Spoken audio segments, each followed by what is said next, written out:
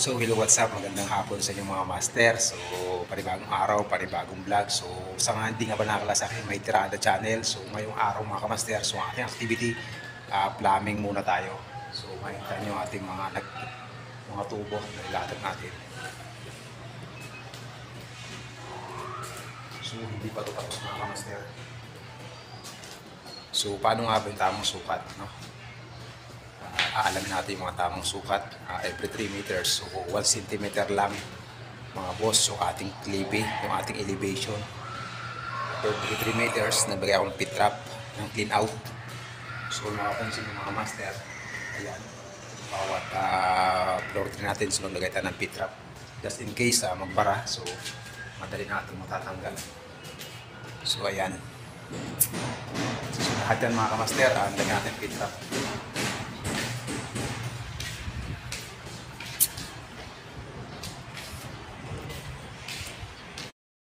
Magandang araw sa inyo mga master. So ito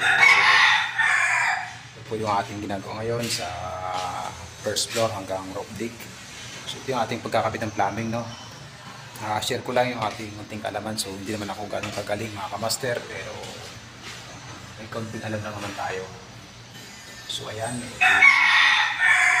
pinaipingan natin. So hindi na tayo masyadong magaling, pero nakakaintindi lang tayo mga kamaster. So ayan yung ating training, syempre doon yung mga kamaster.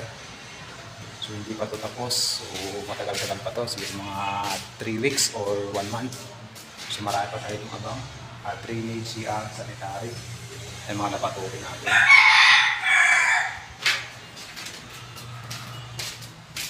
So ito yung ating abang, yan para sa floor din natin, so hanggang doon. So magtatagpo yung dalawa na yan, magtatagpo. So ayun mga kamaster, so magtatagpo sila doon sa pinakadulo. So ito naman, tatagpo yan dito.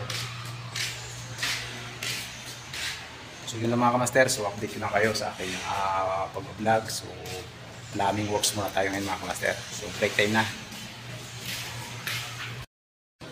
So ayan mga kamaster. So may mga pit trap yan mga kamaster. Lahat ng floor tree natin may pit trap.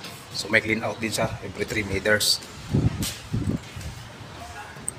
So ito ang drain ng swimming pool natin mga kamaster. So ayan mga kamaster.